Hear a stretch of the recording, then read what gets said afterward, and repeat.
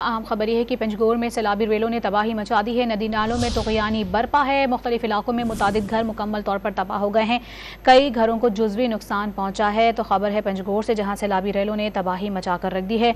नदी नालों में इस वक्त तुग़यानी बरपा है। इस्माइल सासुली से मज़ीद तफसीलात हासिल कर लेते हैं। इस्माइल, बताइएगा ताज़ा तरीन क्या सूरत हाल आप देख रहे हैं?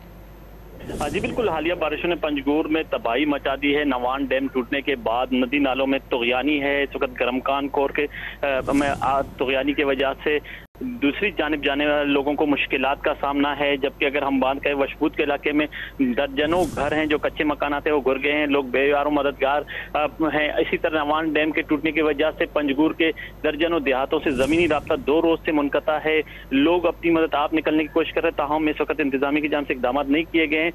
इस वक्त सूरत हाल यही है कि लोगों की कोशिश है कि महफूज मकाम पर मुंतकिल होने की कोशिश कर रहे हैं, क्योंकि डैम टूटने की वजह से आबादी में पानी में दाखिल होने की वजह से शदीद नुकसान पहुंचे हैं। जी, डैम टूटने के बायस आबादी में पानी दाखिल हो गया है। लोग अपनी मदद आपके तहत इंतजामात कर रहे हैं। इस्माइल सासोली अपडेट कर रहे थे, शुक्रिया आपका।